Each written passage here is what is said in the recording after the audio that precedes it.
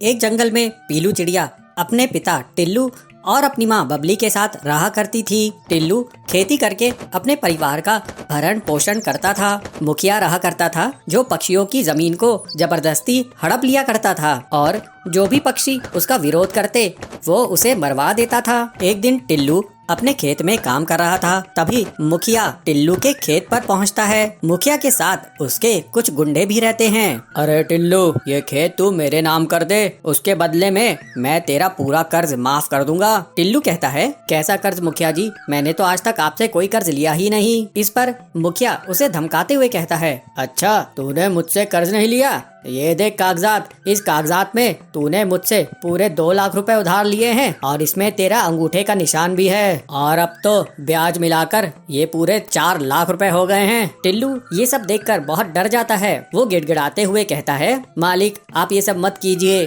अगर आप मेरी जमीन ले लेंगे तो मेरा परिवार भूखा मर जाएगा। देख टिल्लू, मैं तुझे अभी बहुत अच्छे से समझा रहा हूँ, अगर तू मेरी बात नहीं माना तो फिर तू जानता है अंजाम क्या होगा। इन गुंडों को देख रहा है ना, ये तुझे ऊपर पहुँचा देंगे। इस तरह डराने धमकाने से टिल्लू मुखिया का सामना नहीं कर पाता है और वो डर के मारे उसको अपना खेत दे देता है। टिल्लू उदास मन से घर आता है। बबली उसे कहती है, क्या बात है जी, आज आपकी तबीयत ठीक नहीं लग रही है। अरे बबली, सब बर्बाद हो गया।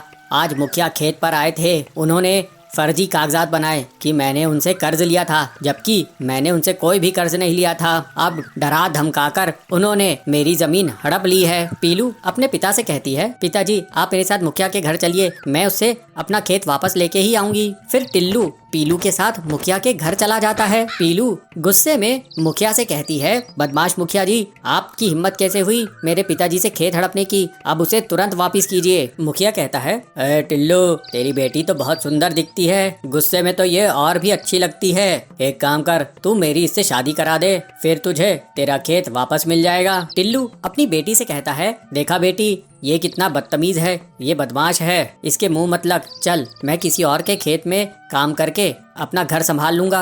इस तरह कुछ दिन बीत जाते हैं। फिर टिल्लू हरिया तोता के खेत में काम करने लगता है। एक दिन पीलू अपने पिता के लिए भोजन ले जा रही थी, तभी उसे किसी के करहाने की आवाज आती है। पीलू उस आवाज की तरफ जाती है तो झाड़ियों के बीच में उसे एक पक्षी दिखाई पड़ता है। वो बहुत घायल था और वो करहाते हुए पानी मांग रहा था। पीलू कहती है, ये लीजिए पानी पीजिए। पीलू चिड़िया तुरंत ही उस घायल पक्षी को पानी पिलाती है। फिर वो पक्षी पीलू से कहता है, बेटा तुम्हारा बहुत बहुत शुक्रिया, एक जंगली जानवर ने मुझ पर हमला कर दिया था, मैं बुरी कदर घायल हो गया था, यहीं पास में ही मेरा घर है, तू मुझे मेरे घर तक पहुंचा दे। फिर पीलू उस घायल पक्षी को उसके घर तक पहुंचा देती है। घर पहुंचने के बाद वो पक्षी पीलू को एक बड़ी सी पोटली लाकर देता है। बेटा तूने मेरी जान बचाई है, ये ले, इसमें तेरे लिए इनाम है। बेटी ये कोई साधारण इनाम नहीं है, ये तरबूज के जादुई बीज हैं, इन्हें तू अपने आंगन में बिखेर देना, फिर देखना चमत्कार। फिर पीलू घर आकर उन चमत्कारी बीजों को अपने आंगन में बो देती है। टिल्लू उसे देखकर कहता है, अरे पीलू, ये तू क्या कर रही है। पीलू कहती है, पिताजी ये तरबूज के जादुई बीज हैं, मैंने एक पक्षी की मदद की, मैंने उसे घर छोड़ा तो उसने मुझे ये तरबूज के जादुई बीज दिए, जिसे मैं अब अपने आंगन में बो रही हूँ। कुछ ही दिनों में पीलू के आंगन में तरबूज उगाते हैं, वे बहुत ही बड़े रहते हैं। बड़े बड़े तरबूजों को देखकर पूरा परिवार बहुत खुश होता है और उन्हें टिल्लू बाजार में बेचने लगता है। तरबूज बेचने से टिल्लू की बहुत अच्छी कमाई होती है। इसके बाद से टिल्लू और उसका परिवार खुशी खुशी रहने लगते हैं।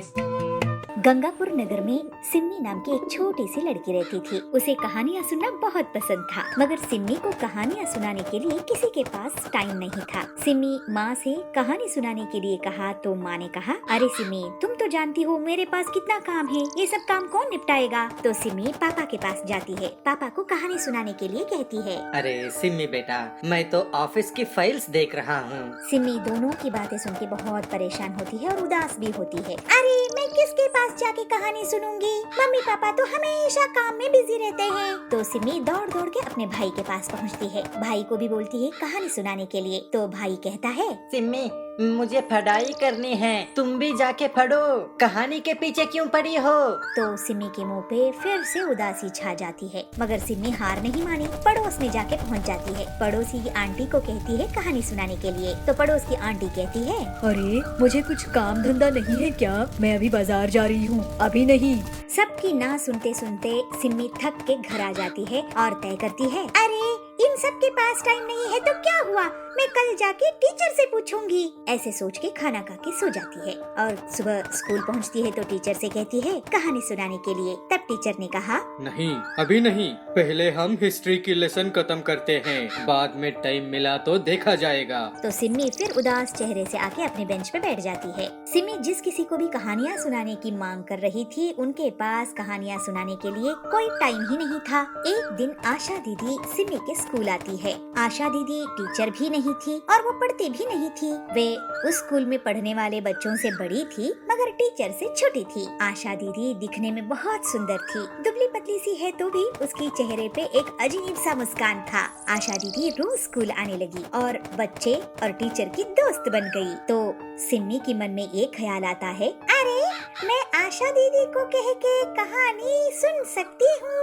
मगर सिमी के मन में थोड़ी सी हिचकिचाहट थी कि कैसे पूछे। तो एक दिन धीरे से आशा दीदी के पास जाती है। आशा दीदी, क्या आपके पास थोड़ा समय मेरे लिए है? क्या आप मुझे कहानी सुनाएंगी? तो आशा दीदी सिमी को सर से पैर तक देखती है और मुस्कुराते हुए कहती है, हाँ हाँ सिमी, क्यों नहीं, तुम्हें कैसी कहानियाँ पसंद है बताओ तो। सिमी को इससे पहले ऐसे कोई प्यार से बात नहीं किया कहानियों के बारे में। तो सिमी सोचते हुए पूछती है, दीदी क्या आपको भालू की कहानी आती है? तो आशा दीदी स्कूल के आंगन में स्कूल के बाद कहानी सुनाने की वादा करती है। तो सिमी और उसके दोस्त स्कूल के आंगन में स्कूल की लास्ट घंटी बजने के बाद जा पहुंचते हैं और आशा दीदी अपनी कहानी शुरू करती है। आशा दीदी जंगल में घूमते घूमते खो गया हुआ एक भालू की कहानी शुरू करती है। आशा दीदी की कहानी सुनाने की तरीका इतना मजबूत था कि सिमी को आशा दीदी की सिर्फ आवाजें सुनाई दे रही थी और सिमी तो अपनी ख्यालों में जंगल में भालू के साथ खुद खो गई थी।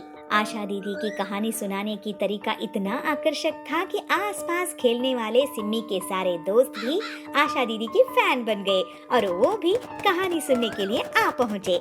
ऐसे ही कहानियों का सिलसिला हर दिन चलता रहा। एक शहर में लालू नाम का एक आदमी रहता था। वह खाने पीने का बड़ा ही शौकीन था। दिन भर में वो बहुत सी चीजें खाया करता, मगर जो कुछ भी वह खाता उसका छिलका या पेपर या पॉलीथीन का बैग सबको सड़क पे यूं ही फेंक देता। वह इस बात का ध्यान नहीं रखता था कि उसके ऐसे करने से आसपास का इलाका गंदा हो जाएगा और केले के छिलके को इधर उधर फेंकने से कोई भी गिर सकता है। अरे मैं तो मस्त मौला हूँ, मैं खाऊंगा, मैं फेंकूंगा, तुम्हें अगर ये गंदा लगता है तो तुम साफ कर लो। ऐसे कहते हुए अपनी आदत को तो वो नहीं बदला। एक दिन लालू ऐसे करता हुआ देख एक छोटी बच्ची ने उसे रोक लिया और उससे कहा, अरे अंकल, आप यह केले के छिलकों को ऐसे क्यों फेंक रहे हो सड़क पर? इससे कोई फिसल कर गिर सकता है और इससे हमारा आसपास का जगह भी गंदा हो जाता है। हमें कचरा कूड़ेदान में फेंकना चाहिए, है ना? क्या आपको स्कूल में यह सब नहीं सिखाया? ऐसे पूछती है। लालू राम ने उस बच्ची पर ध्यान नहीं दिया, बल्कि उल्टा उसके साथ मजाक करने लगा। अरे बच्चे, मैं तो कभी स्कूल ही नहीं गया। लालू हंस हंस कर वहाँ से चल पड़ा। लेकिन जब वह शाम को अपने घर की ओर वापस लौट रहा था, तब वही बच्ची पास में अपने दोस्तों के साथ खेल रही थी। लालू उस बच्ची को देख रहा था। उसे देखकर लालू मुस्कुरा रहा था कि तभी अचानक उसका पैर उसी केले के छिलके पर पड़ा जिससे उसने सुबह फेंका था। केले के छिलके पर पैर पड़ते ही वह फिसल कर जोर से गिर पड़ा। अरे मैं तो गिर गया, कोई तो बचाओ, कोई तो उठाओ, हाय मेरी कमर। कहते हुए दर्द से बिलबिलाता रहा। उसको देख आसपास के सारे बच्चे उस पर हंसने लगे। तब उस बच्ची उसके पास वापस आकर कहती है, क्यों अंकल, मैंने कहा था ना कि कूड़ा कचरा कूड़ेदान में फेंकना चाहिए। अब तो आपको समझ में आई। तब लालू हाय तौबा करते हुए, अरे क्या ये तुम्हारी शैतानी है? क्या तुमने ये छिलका यहाँ फेंका था? ऐसे कहते हुए गुस्सा करता है, मगर वो बच्ची कहती है, अरे अंकल, सुबह आपने ही फेंका था, आपका फेंका हुआ है ये केले का छिलका। केले के छिलके ने आखिर आपको सबक सिखाया ना। कहते हुए उसको हाथ देकर सब बच्चों की सहारे उसको उठाते हैं और पानी पिलाते हैं और सब बच्चे मिलकर उसको समझाते हैं कि अंकल देखो, हमारे स्कूल में तो सिखाया है, अगर आप स्कूल नहीं गए हो तो हमसे सीखो। जो भी कचरा है, कूड़ा है, उसको कूड़ेदान में फेंकना चाहिए और हमारे आसपास और इर्द गिर्द के प्रदेश को हमें खुद साफ सुथरा रखना चाहिए। इतना ही नहीं अंकल, और भी है। सूखा कचरा, गीला कचरा अलग अलग डालने से सरकार उससे गोबर बनाएगी। हाँ अंकल, उसको रिसाइकिल करेगी। अब तो समझ में आई ना। लालू को अपने किए पर बच्चों की बात सुन के बहुत शर्मिंदगी होती है और लालू कहता है, हाँ हाँ बेटा, अब तो अच्छे से समझ में आ गई। अब के बाद ना मैं कचरा फेंकूंगा और ना फेंकने दूंगा। ऐसे लालू अपनी गलती की एहसास करते हुए कचरा न करने का प्रण लेता है और उसके बाद बिल्कुल जैसे बच्चों ने समझाया था, सूखा कचरा और गीला कचरा अलग अलग करके साफ सफाई की ध्यान रखता है।